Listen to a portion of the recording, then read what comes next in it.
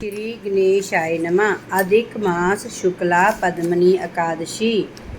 युधिष्ठिर बोले, हे जनार्दन, मल मास के शुक्ल पक्ष में कौन सी एकादशी होती है, उसका क्या नाम है और क्या विधि है, सो मुझसे कहिए।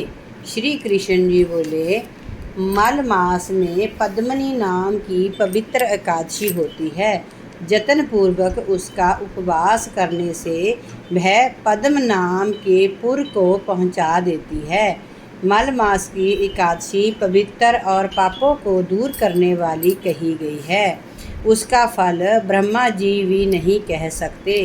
प्राचीन समय में ब्रह्मा जी ने पद्मनी के उत्तम व्रत को विधि पूर्वक नारद जी से वर्णन किया है। वह पापों को नाश करने वाला और मुक्ति भुक्ति को देने वाला है। हे राजन, दशमी के दिन नियम करें।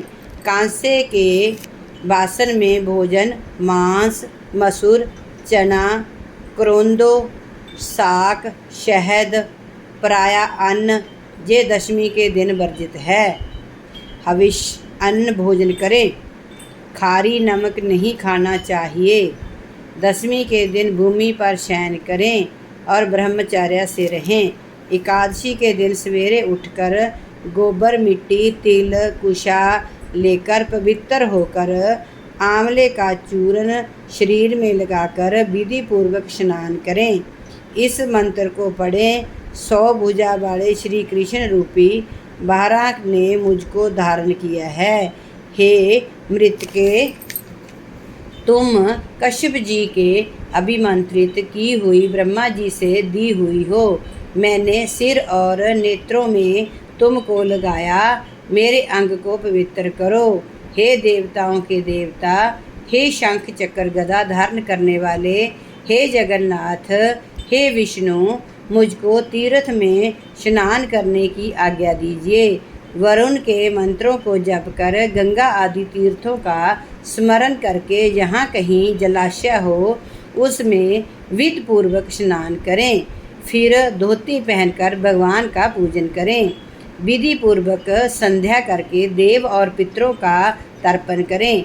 एक मासे स्वर्ण की बनाई हुई राधा कृष्ण की मूर्ति तथा महादेव पार्वती की विधि पूर्वक पूजा करें। कलश के ऊपर तांबे अथवा मिट्टी के पात्र में उत्तम वस्त्र रखकर सुगंधित करके देवता को स्थापित करें। उसके ऊपर तांबे, चांदी व स्वर्ण का पात्र रखें। उसमें मूर्ति को रखकर विधि पूर्वक पूजन करें। सुंदर जल, गंध, धूप, चंदन, अगर, कपूर, इनसे भगवान का पूजन करें। कस्तूरी, कुमकुम, श्वेत कमल और नैवेद्य, धूप, दीपक, कपूर और आरती से केशव और शिव का पूजन करें। ब्राह्मण और गुरु की निंदा न करें। वैष्णवों को संग लेकर ठाकुर जी के सामने कथा सुने। मल मास के शुक्ल पक्ष की एकादशी में पानी ना पिएं अथवा इस व्रत में जलपान व दूध पीकर रहना चाहिए और कुछ नहीं खाना चाहिए। रात में कीर्तन और बाजे बजाकर जागरण करना चाहिए। रात के प्रथम पहर में पूजा में गोला रखकर अर्घ देना चाहिए। दूसरे में श्रीफल से, तीसरे में बिजोरे से, चौथे पहर में सुपारी से अर्घ देना चाहिए। विशेष करके नारंगी से पूजन करना उचित है। प्रथम पहर में जागरण से अग्निष्टोम यज्ञ का पुण्य होता है। दूसरे पहर में वाजपेय की, तीसरे पहर में अश्वमेध का, चौथे पहर में राजसूय का फल मिलता है। जहाँ मैं एक सुंदर कथा तुमसे कहूँगा। कार्तवीर्य के द्वारा जेल में कैद हुए रावण को पुलस्त्य मुनि ने राजा से कहकर छुड़ा दिया। इस आश्चर्य को सुनकर नारद जी पुलस्त्य मुनि से पूछने लगे कि हे इंद्र समेत सब देवता, जिस रावण ने जीत लिए उस रावण को कार्तवीर्य ने कैसे जीत लिया? तब पुलस्त्य मुनि बोले कि हे वत्स, मैं कार्तवीर्य की उत्पत्ति तुमसे कहूँगा, तुम सुनो। त्रेता युग में महेशमतीपुरी में मैं उन्हीं के फल में कृतवीर्य नाम का एक बड़ा राजा पैदा हुआ। उस राजा के 1000 रानियां थीं, परंतु उनमें से किसी के पुत्र नहीं हुआ। राजा ने मन में विचार किया कि तपस्या करने से इच्छा पूरी होती है।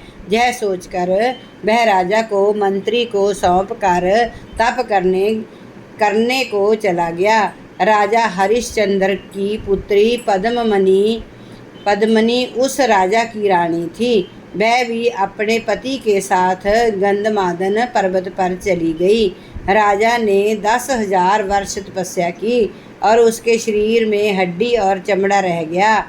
तब पद्मनी नम्रता से पतिव्रता अनसुईया से पूछने लगी कि हे साध्वी, मेरे पति को तपस्या करते हुए 10,000 वर्ष बीत गए, तो भी कष्टों को दूर करने वाले केशव प्रसन्न नहीं हुए। इसलिए हे महाभागे, तुम मुझको यथार्थ व्रत बतलाओ जिससे भगवान प्रसन्न हो जाएं और पुत्र होने का वरदान प्रदान करें। हमारे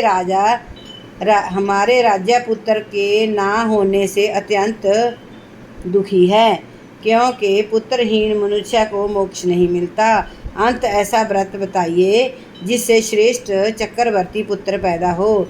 पद्मनी रानी की बात सुनकर पतिव्रता अनसुईया प्रसन्न होकर बोली, हे सुप्रभु, जय मल मास 12 महीनों में अधिक श्रेष्ठ होता है।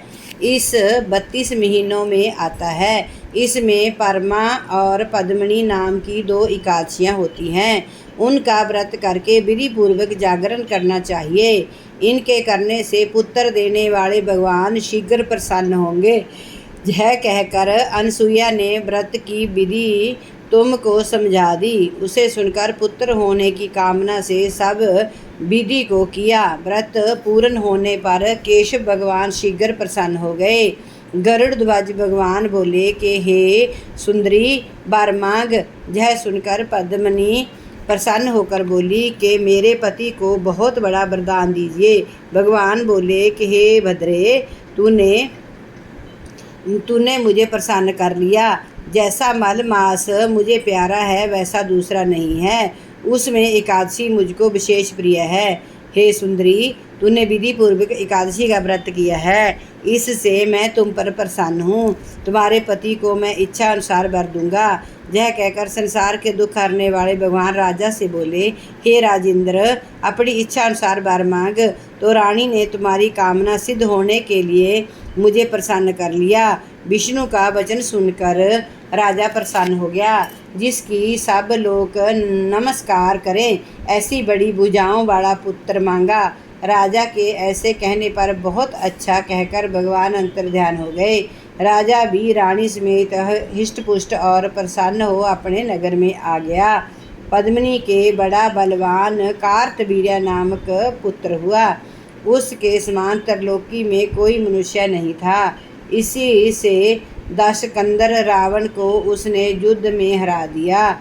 चक्रपाणी गदाधर भगवान के सिवा त्रिलोकी में उसके जीतने के लिए कोई समर्थ नहीं था।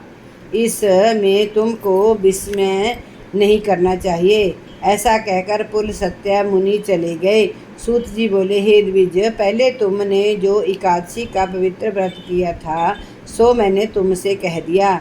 जो मनुष्य इसकी सब विधि को सुनेंगे वे पुण्य के भागी होंगे, वे वैकुंठ को जाएंगे। फलाहार सगार जिस महीने में यह एकादशी आवे उसी महीने के अनुसार सागार लेना चाहिए। सावन के महीने में साग नहीं खाना चाहिए। ओम नमः शिवाय। बोलिए विष्णु भगवान की जय। ओ पार्वती पते हर हर महादेव।